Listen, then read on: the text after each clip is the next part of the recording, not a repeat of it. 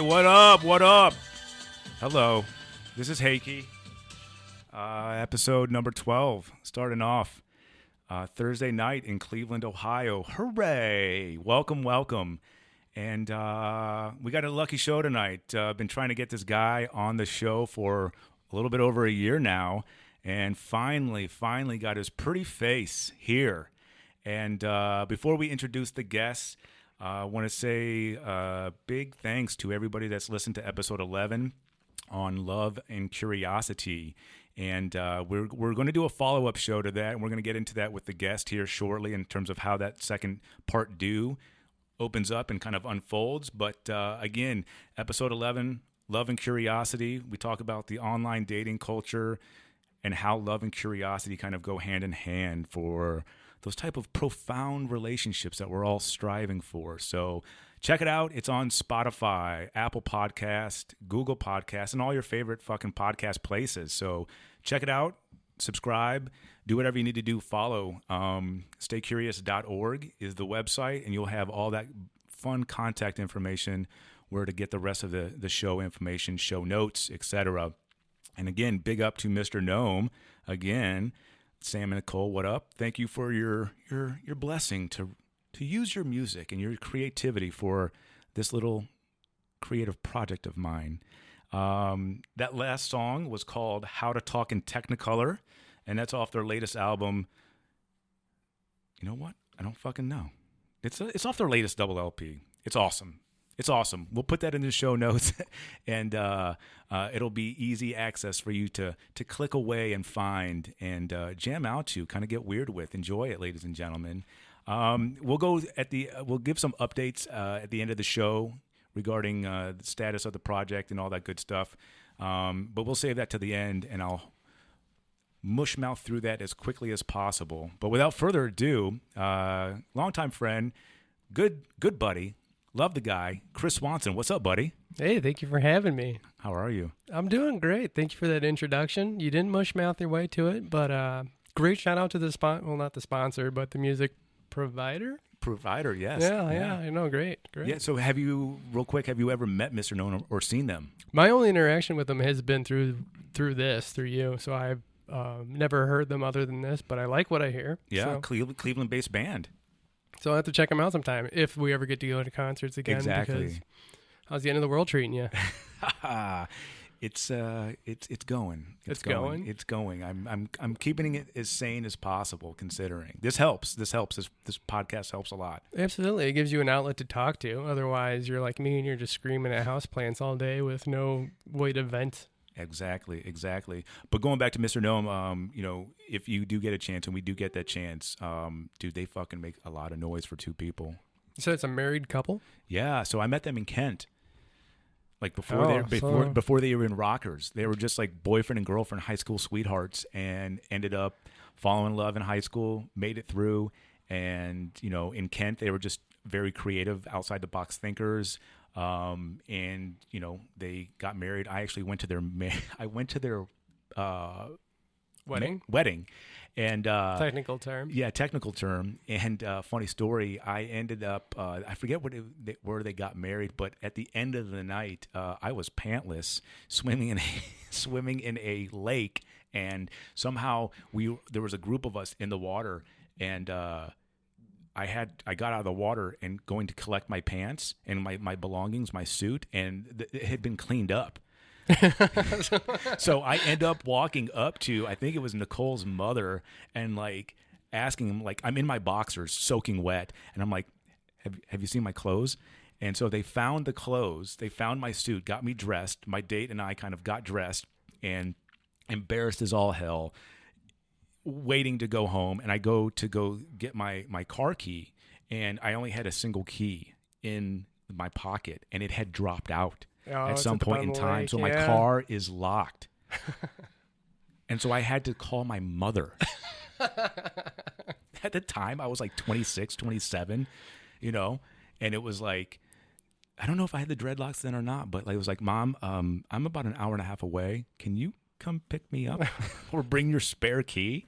And so, anyways, long story short, that was like at their wedding. But again, they're lovely people. They formed Mr. Gnome, I think, right around then or after then, and they've been rocking out ever since. They got some fun stuff coming along. So we will be excited to see what happens. And when they get on the road, we'll go. We'll be their roadies. Great. I've always wanted to be a roadie. That's kind of one of my goals in life. Yeah, right? Well, that would be cool. It sounds like a good time. It kind of, you're the bitch of the band, like pick that up, move the speaker and that kind of nonsense. Go ahead. I was going to say, I've just helped out a couple of musician friends, Doug. Oh, yes. He would get him on this show. Yes, Doug, if you're listening. Oh, yeah. Oh, and that seductive voice, that'd be way better than this prepubescent nonsense that I can hear in the feedback of the headphones. But get that man on here. Do you think you'd bring his guitar? Fuck yeah. Doug, if you're listening, we're going to send this to you. Do I need to censor myself?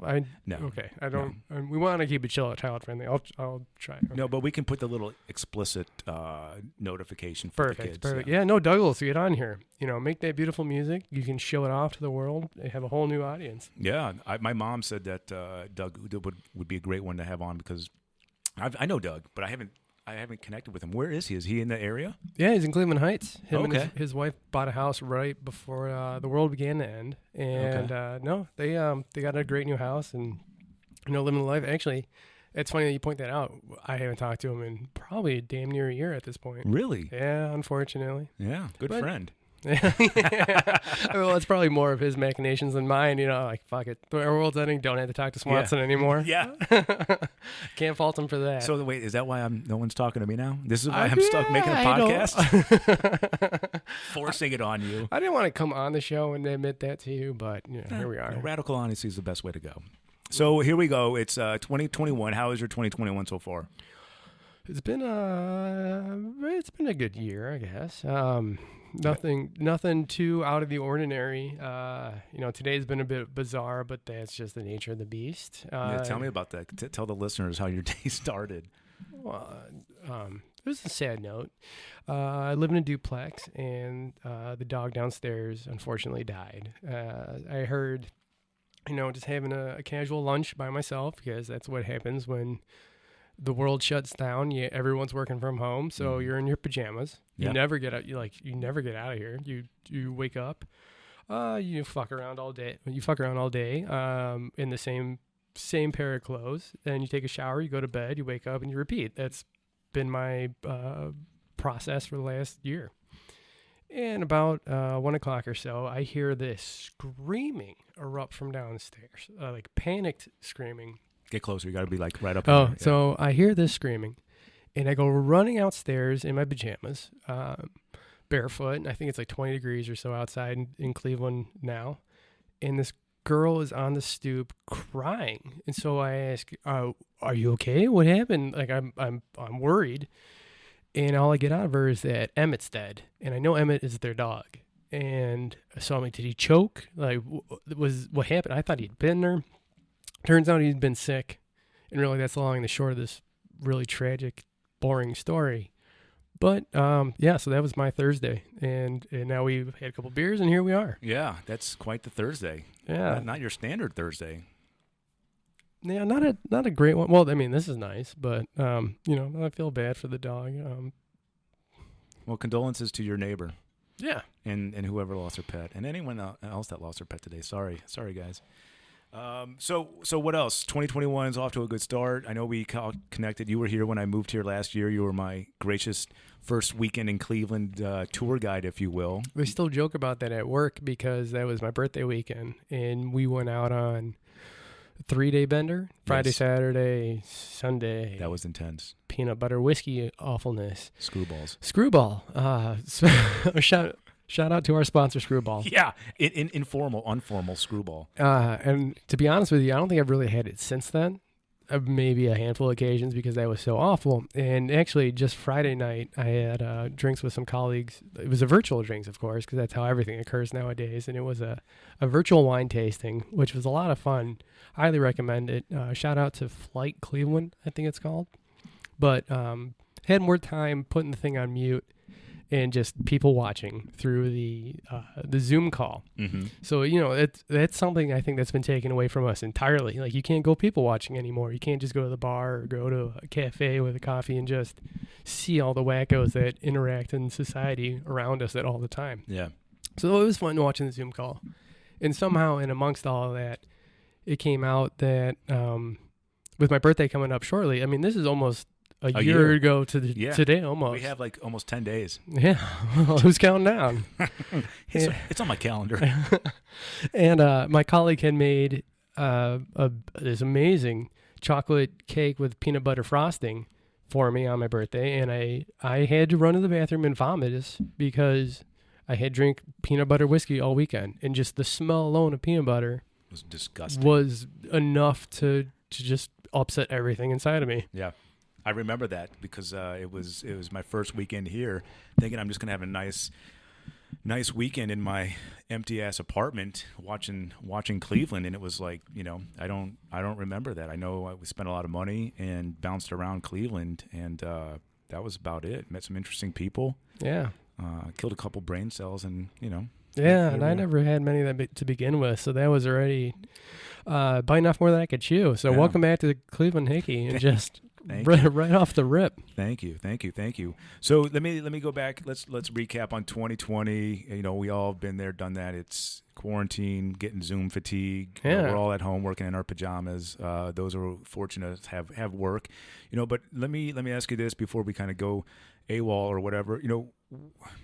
You're college educated. You've gone through college, educated yourself, high school, etc. Last year was detrimental to everybody, but how did you get through 2020 and even coming up to now? Because I remember when we first started talking, you were like, you weren't really buying this pandemic and the masks, and you kind of had a different take on it, but now you're masked up all the time. You're kind of, you've seen it firsthand. How have you personally overcome this quarantine life and kind of motivated yourself to kind of keep going and stay optimistic, whether learning something new or for work? Like how do you keep this, because you're a positive dude for the most part. You might be cynical, but okay, I'm gonna stop you right there because you're falsely representing me on every point that you've made. No, you're positive. I am not a positive person, and we know this. I will bitch about anything. They don't know that. They don't know me. So like, why lie? Not yet. And I don't believe I ever once said I don't believe in this pandemic nonsense. Well, okay. Moving forward, how did you stay? Yeah, through? I just want to be on the fucking record because this is being recorded. That is not me. I'm not a pandemic denier or whatever these fucking kooks are. You had some choice words for the masks. But anyways, moving forward. I think the implementation is a little like, why does it matter if I wear a mask from the 3 feet from the front door to the bar stool, like put it on and then sit at the bar stool for half an hour? I agree. That kind of shit is it doesn't make any sense. It's bananas. I mean, the sentiment I absolutely appreciate. Something like, I saw a mathematician break it down. Masks, if by two people wearing a mask, it doesn't cut 50% of transmission, it's 75% of the transmission because it's 100%. Well, it's not 100% because it's not. You're still breathing. But it's blocking out and it's blocking in on both parties. And it was like somehow statistics worked into it. I'm not a mathematician. I'm not even going to try and talk to that. But yeah, no, I value that. We should be wearing masks. It's just the society. It's just where our society is at this point. You see these photos from the Spanish flu 100 years ago, and these black and white photos, people are wearing masks then too. Mm-hmm. And you know why it's called the Spanish flu? No, because the Spanish flu.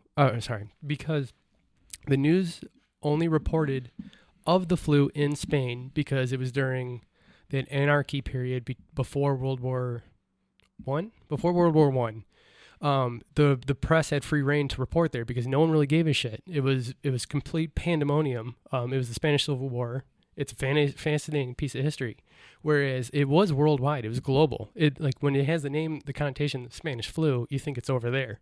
Whereas it was affecting everyone all over the place. It killed hundreds of millions. I could be very well wrong on that. It was millions maybe.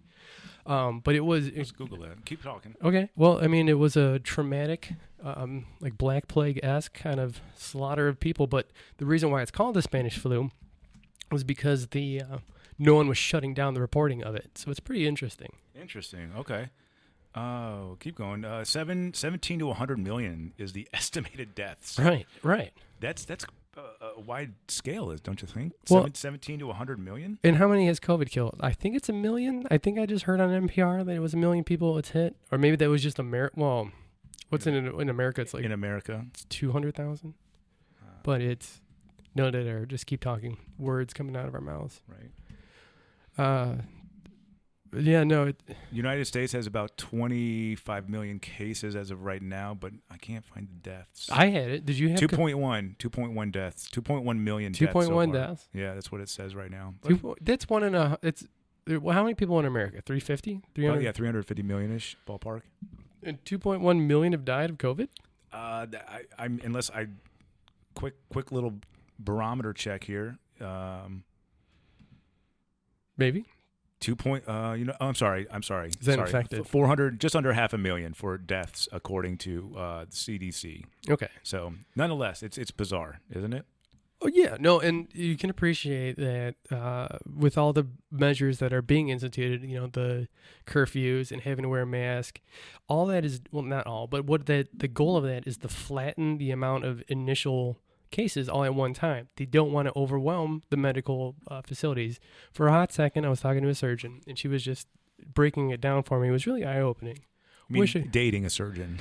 Dude, I fucked that one up. I had 2 attempts at it too. She was perfect. That's part. That's the back half of this. Yeah. Oh no, she was a thoracic surgeon. No, yeah, Caitlin, if you're out there and you're listening to this, I'll take you back. I don't even know how I got on the Spanish flu. So you were saying the surgeon you were talking to was like giving you some insight on the pandemic. One of the things that she has said that stuck with me, and so I've had COVID. Have you had it? I did. I had it like when it first came out, before it was like COVID. So when I was traveling last year, yeah, right. When I was traveling, 2019 from San Diego to here, New Orleans, and just kind of bouncing around last year in November to December, I got sick. I flew back to San Diego on Christmas Day. Sick as earth and shit. I was like, something's wrong. And I had it for 3 weeks. And I ended up going to, hospital urgent care, and they did the tests, tickled my nose with that little swab. Or you tickled your brain with that little swab? That brain They probe get me. deep in there. Yeah. And they came back. They're like, look, you have flu-like symptoms, but this isn't like your standard flu. They gave me Tamiflu, said go home. And dude, I had all the symptoms. Lost my taste, lethargic, just dog shit. Ultimately got better. But then this was that transition I was making from San Diego to moved here in February. You're patient zero. You brought it here. I You did. brought it from the West Coast. It originated in fucking Wuhan, China. And it somehow got to the West Coast of America. You brought it to the Midwest, and ergo, you're fucked the whole world. All right. You're welcome. Thank you. I appreciate it, especially when I was sleeping on the couch for 4 days straight, because it's not a joke. No, I had it in January, so I was good when I was healthy. I was healthy. Oh, you were symptomless? Yeah, symptomless. Yeah, great. But anyways, so you're saying about your surgeon friend? Oh, yeah. No, she was pointing out that, or pointed out, I should say, in the past tense, that they were finding a lot of people who had COVID were having lung issues. Where I wish I could remember. All right, this is probably why we're not talking anymore. I wasn't paying enough attention, but it was something along the lines of there's some internal scarring that's occurring with people's lungs, and I run a fair bit. That's kind of my thing. So I'm just a clumsy bastard. I can't play sports, so I jog. And so I got COVID very beginning of November. They had 70-degree weekend we had in November, and that's how I can like pinpoint all these memories. And since then, I have done very little running. So shame on me for that. But when I have gone, I'm starting to get back into it. And my lungs have been bothering me, and I'm not a smoker, so I want to not blame myself and say like, oh, I'm just been fat and lazy, I've been running, but I could feel it, just this achiness in my lungs, and I don't know if it's psychosomatic from what she said about the lungs being affected by COVID, or if it's just not using them, whatever, like not being used to running, that kind of a thing. But I don't know. We don't know what the knock-on effects of this is. Like, okay, so we have the vaccines that are being released. Is that going to just simply stop the transmission of it? Like, I don't want to take over your whole podcast about conjecture about what the fuck's going to happen with the pandemic. Well, yeah, I mean, we'll segue out to something else. But what I did read today, And again, this is a part with I love the technology that's here and the information. And, maybe we can talk about this next. Like, there's a difference between an information society and a knowledge-based society. And right now, we're just information-based. Like, everybody has data, raw data, and they're fucking spitting it out versus having data that's being used, like, appropriately. But with that said, I again, without kind of going down that rabbit hole, I read today that, like, the COVID cases have fallen 35% since this new administration has taken like, the seat. Really? So, like, It's now only been a week. Again, they're like COVID cases are down 35% since. Well, and then not to go down that rabbit hole of politics and all that fucking garbage, but I had a friend who I just found out is a Trumper. Wouldn't have suspected that. Is that she's like, well, do you think the world's going to end? Or not? How did she word it? It was something like, so do you think that the economy is going to blow up now? It's like, well, why? Because there's a new president. That's not how this fucking works. No. That's the arrogance of the masses, I guess, or the uninformed. I think. I don't know. I don't entertain that. Did you get in? Did you get into the political thing this last go around? And what was your take on it? I mean, it's just headache inducing. Like, it makes me ashamed to be an American. Oh, okay. So I work with a lot of Indians, and that's right. You were supposed to go over there. Yeah. Oh, that's the biggest thing that happened to COVID. So again, like, not to bitch, like, woe is me. Like, like you pointed out, like, thankfully I do have a job and, an economy, and I can continue to support myself and all that fun shit and just be me. But at the same time, I lost out on a huge fucking opportunity. For me, a huge opportunity where I was going to be sent over to India for 6 months. That's awesome. And so ever since then, I've been in tailspin. Not a tailspin, but, like, I don't know what to do with myself. I feel like I blinked. A year ago, you showed up, a pandemic started, and, like, here we are again. I show up with a bottle of Screwball. I can't blame you entirely for the pandemic, but oh shit. Yeah. It is disappointing, and I don't want to put all my personal baggage on your social media, but I don't know what I'm. So how did that? I mean, that's a big that goes back to my original question. Is like, when we reconnected. I mean, we've had our fair share. We had Vegas with Siebert, my brother, for his bachelor party. Yeah, we did. That was another show. And San Diego. Yeah, and then San Diego with Quail. Hey, I'm not ready to put that story out on not Stay at all. Curious just yet. But go back to the last year when we connected. You were slated to go. You were excited.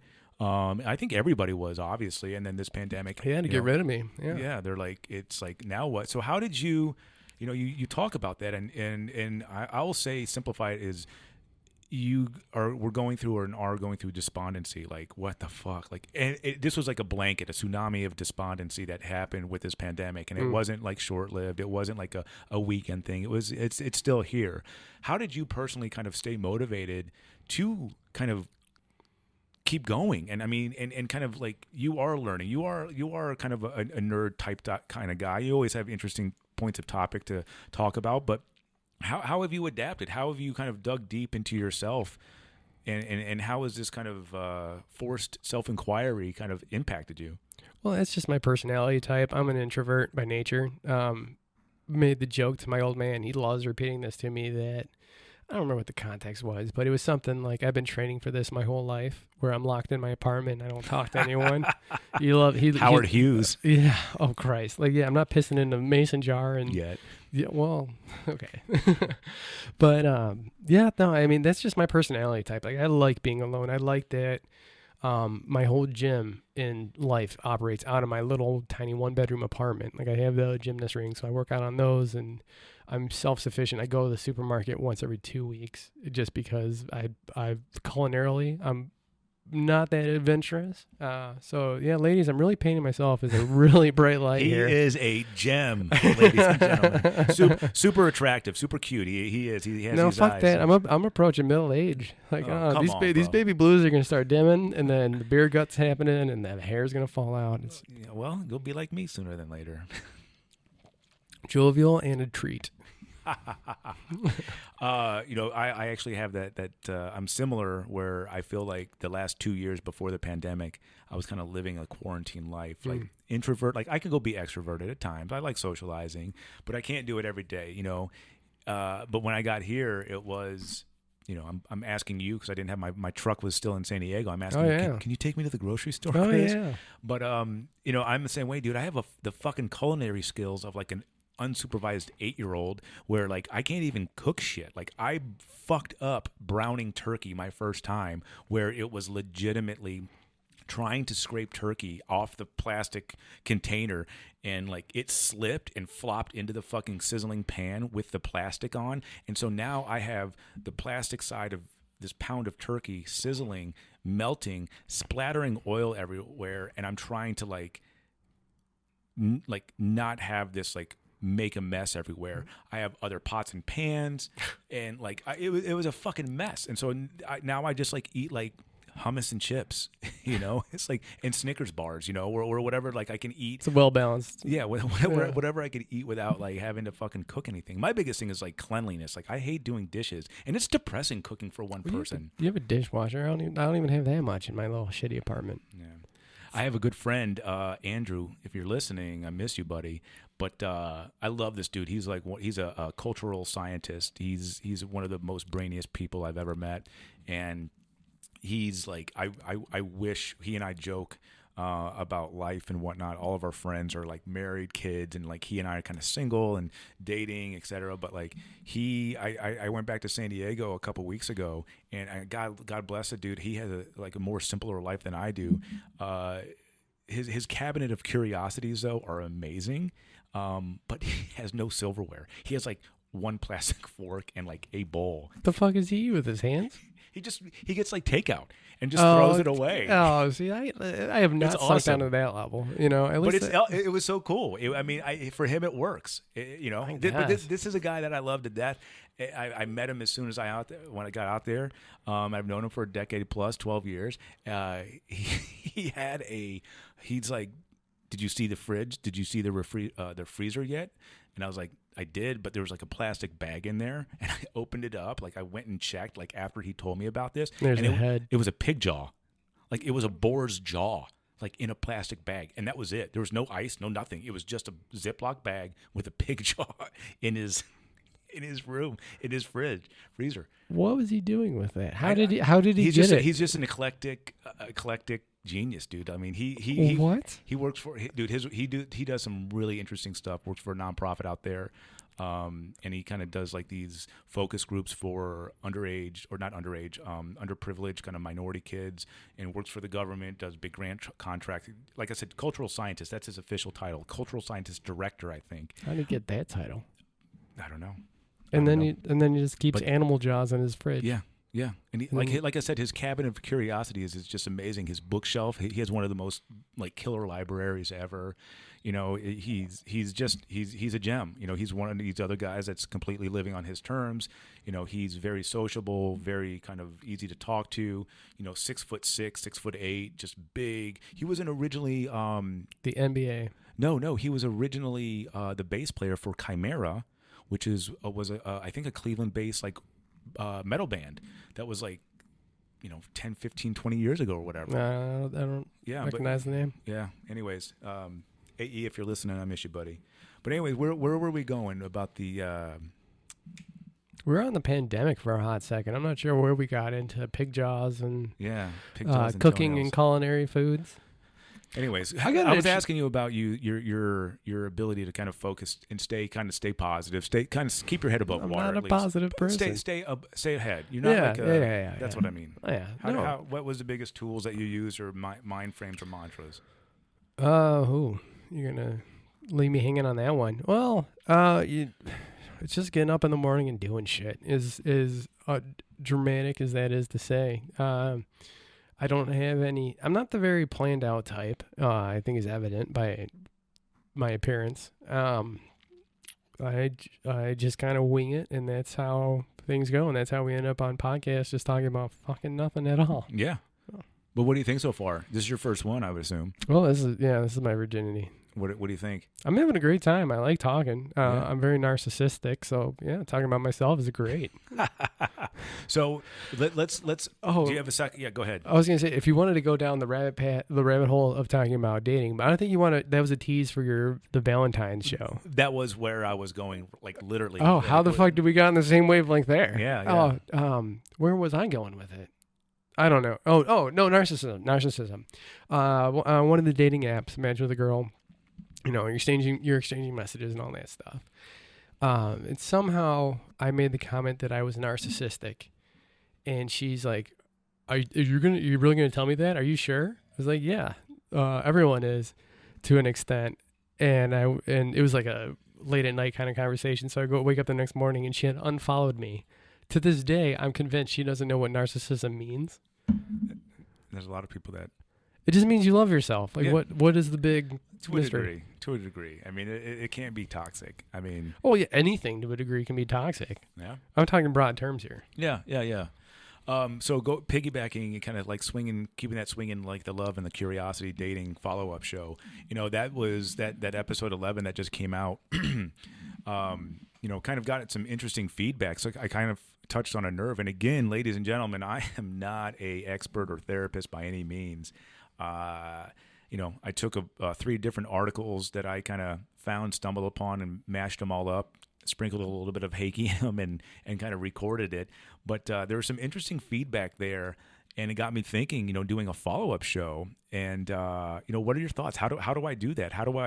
What are the questions do I ask? Do I give people a 2-week lead time to submit their dating stories with love and curiosity, or do I frame talk to me? How do we do that? Well, first, I wouldn't bury it in the middle amongst all of this nonsense, because who knows if anyone's gonna be listening to this point. But I would make its own individual post on the site. Yeah, absolutely, and just call attention to it that way. And and shame on me, I haven't heard the podcast that you're talking about. The last one I heard was Al talking about sailing across the world, which is a great one if anyone wants to go back to revisit. Yeah. But yeah, no, I think exactly that. If it resonated with people, to ask them to chime in with their own opinions, because you said some of your listeners weren't exactly agreeing with the ideas that were proposed, and just getting their opinion and maybe voicing it out there so that people who necessarily feel the same, like they don't agree exactly, or they do agree, and to get that other perspective to listen to. Yeah, I agree. And I think that's the whole point. I stumbled across those topics. Like I was just like, okay, how does curiosity affect your relationship? Because when I meet someone, I perhaps I do ask a lot of questions, and it's not to kind of get under your skin and dig at you and expose anything. It's like if there's a vibe there, whether it's platonic, romantic, or professional, like if there's something in common interest, like I want to know about you. And when you kind of layer that kind of emotional side of it, that's kind of where I get excited, and so I started reading it. And like I said, I read it, I repurpose it, record it, and then I listen to it, and I was like, damn.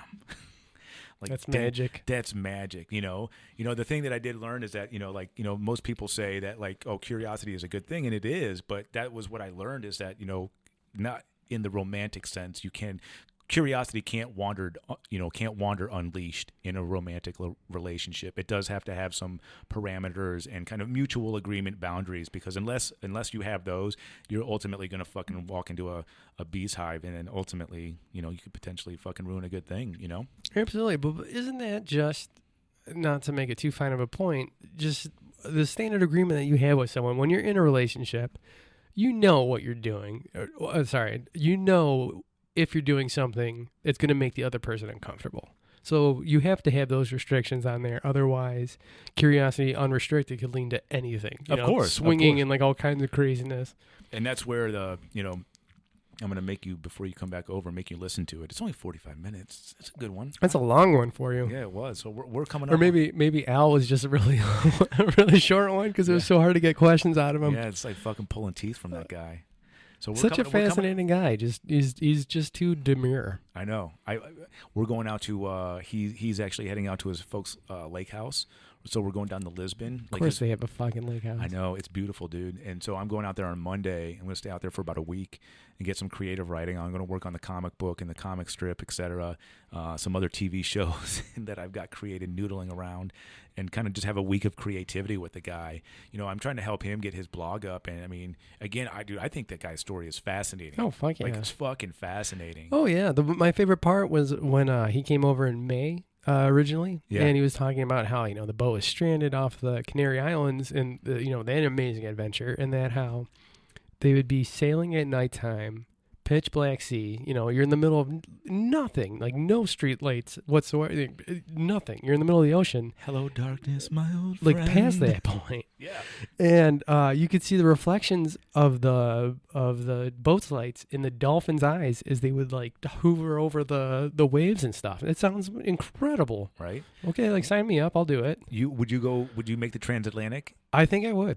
Really? Yeah. 3 weeks on a fucking tiny little fucking boat. I mean, what else I got going with for myself? I agree. Mean, like I agree. if like fuck it. If I don't have a house, if I'm still living in Tremont, like let's do it. All right, Al. Like I'm saying, I'll do it right now. So let's go back to the episode, like the follow-up episode to Love and Curiosity. So how do you think we should, you know, just ask, hey, user engagements, kind of talk about the digital world and dating and like what your experience is? Because the biggest thing, let me cut you off real quick, is that what I was getting at is that, you know, the majority of any relationship is only going to start and be successful like if you have like self-appreciation for yourself and self-love. So that's really, you know, it might sound kumbaya, but, you know, research is just showing like if you don't have that self-love for yourself, that ability to kind of look at yourself in the mirror and own everything, then no external relationship is going to help you get over that. So that's kind of where it stemmed from, you know, but you can see with curiosity how they go hand in hand. So how do we focus this on kind of like put it into a part 2? I mean, I don't know. I'm winging this show. I mean, I'm winging 12. This will be number 12, and I still don't know what the hell I'm doing, but I'm doing it. Having a good time doing it. Not having heard that other podcast, well, that resonates. You know, having to have that self-love and everything stemming from that. Well, okay, that's why I'm 36 and single. Like, okay, that makes a lot. Yeah, right. Self-sabotage is a big one. I found a lot of articles about that. You know, people kind of get into relationships and then self-sabotage them. Oh, okay. Yeah, no, that's me. Really? Oh, we can't get my own fucking way on everything. Are you spoiled? By myself? Yeah. Or do you think like you should be spoiled? Like what I don't know, understand, and correct you. No, I just if there's a left and a right turn and I should have gone left, I'll go right. Just not consciously. It's just the coin flip's always the wrong way. I don't know. Interesting. Yeah. All right. Well, you were when we were kind of doing the pre-show stuff. You mentioned something that you wanted to kind of bring up during the show, during the episode that you had just learned, just read. I don't know if it had anything to do with like. Oh, yeah, no, nothing whatsoever with what we've been talking about, but it's just an interesting, really, factoid. I subscribe to a lot of, like, Discovery Channel YouTube stuff, or Discovery-esque YouTube channels, and this afternoon, while I was doing work, I had it on the background, and they said, guess how much of your DNA is made up of viruses? No idea. Okay. Guess how much comparatively? So we're all made up of genes that we get from our parents. Mm-hmm. Comparatively, the amount of genes in your DNA compared to the amount of virus that's in your DNA. I'd say 50-50 maybe, just based off of you asking. 2% of our DNA is made out of our genes. 8% is made out of viruses. Really? It's dramatically more. Really? Yeah, and that's why I thought that was so fascinating. I wanted to throw that out there. Interesting. That is. Yeah. Have you done the 23andMe? No, fuck no. I don't want to be on the database. I sound like a kook, but yeah. No, I know I'm Swedish Slovenian. Okay. All right. I mean, you go back far enough. Actually, I've always thought about that. It's like, well, maybe I'll buy one of my brothers or like my parents, so I can get that information through them, but it's not me. That's hilarious. Have you? I did. Mama T got it for us a couple years ago, and we did it. I haven't refreshed it, You have to refresh it? Well, you can get updates because more people are taking it, and so they update the database. You know what I'm saying? And I keep reading these articles like people are finding they have like long lost kids from relationships from the 50s and relationships stuff? from 20 years ago. You got kids, you got people taking these DNA so they're like, tests. and they're in the 23andMe database and shit. That's exactly why I don't want to take it. I got it. I keep getting these emails. I'm off the grid, baby. It's like, hey, you have a new notification. You have a new relative. And I'm like, we're just going to send that to spam. Unsubscribe. Just send that email to spam. Yeah. Oh, I don't use that email address anymore. Absolutely. That's terrifying. It is terrifying. Fuck. Could you imagine that? Like you get a notification that that would be a good movie, a good TV show. Why do you think I moved back to the States? That would be a hilarious TV show. You'll fucking come back and, all of a sudden you get an email. Hi, I'm your son. I'm your daughter, whatever. Well, fuck, we've reached the point in our lives where that's kind of plausible, where they're writing, It's not like, hey, whatever. It's not a 5-year-old. Yeah. Yeah, that's, yeah. So we're coming up on 35 minutes here. What else do you want to talk about? You want to do you're going to stick around and we can do the collection of questions podcast? We can record that? Or? We can sure try. I'm down. How much wine do we got left? This bottle's gone, but we have another one. A full bottle. Oh, well, it's just math at that point. I don't want to drink all your booze. I mean, they have more of it. We can get some more tomorrow. Yeah. This is fun. No, I'm glad to be a part of it. Thank you, Hickey, for having me on Stay Curious. Yeah. Well, wait, real quick, before the closure to the follow-up to the part 2 of Valentine's Day special, tell me, the social currency, the band, you give me the further details of this. Yeah, so I just want to let anyone know that's made it to this point of the podcast that Stay Curious got me a phone number last weekend, helping a friend move.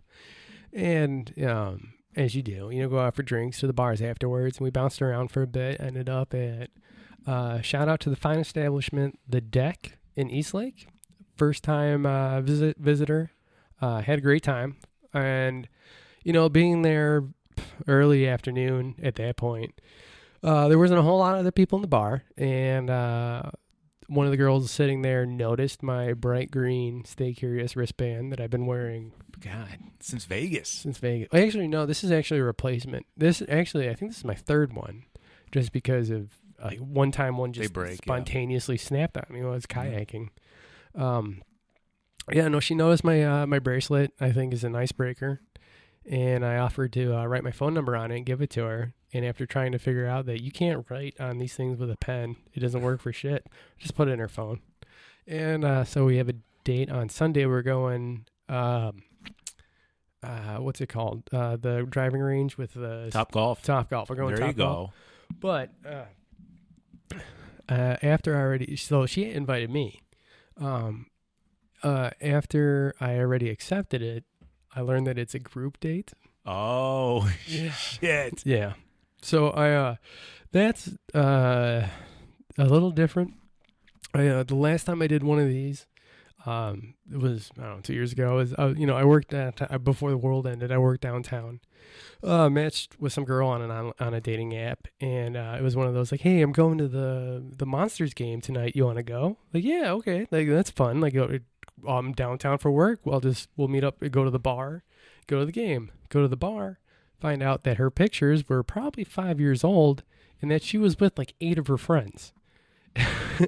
So my track record for group dates isn't doing so well. But fuck it. I stuck with it for a little bit to find out, I was not into that girl. This one seems nice. All right. So I guess I'll report back to you on Sunday how it goes. Yeah, we'll have to have you on for date part 2 for the Love and Curiosity follow-up, not just kind of talking about curiosity and how the date goes, but living it firsthand. I mean, you're digitally dating, you're on the market, you're on the prowl, and it'll be fun to have you coming back, giving commentary, in addition to reading, hopefully, at least one or two people email and share their stories. I hope so. Like, that's the exciting part. I want to hear what else. I want to hear what other shit people are going through. Like, and I feel like an asshole saying this, but it's like, I just want to know, like, what other people are experiencing. It's just simple. Love and curiosity. Like, whatever your curiosity is. It doesn't have to be, scholastic academic achievements. And I'm not trying to say, education and knowledge and intelligence is better. It's like, if you're asking questions with each other, that's the essence of a healthy relationship. If you're asking questions,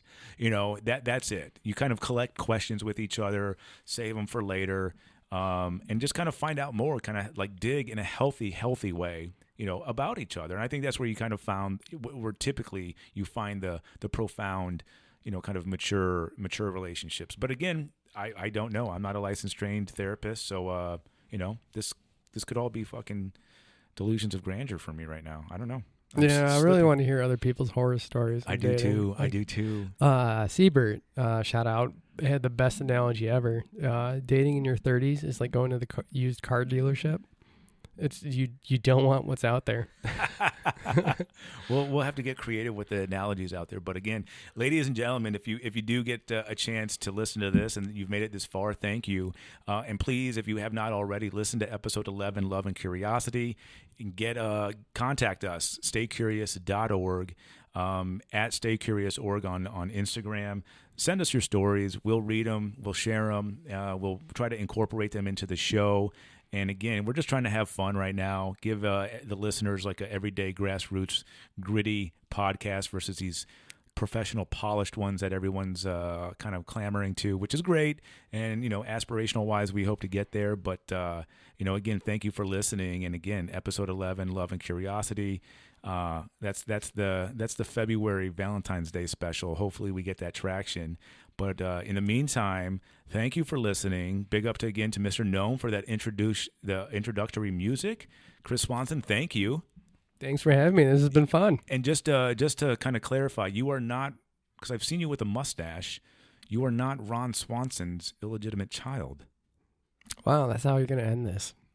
Yeah. No, Are you gonna grow the mustache back? Nah. Come on, that was so creepy. Yeah. Did you ever see the mustache picture that I had when I took my road trip? Like I No, had the handlebar. you'll have to share that. Oh my God!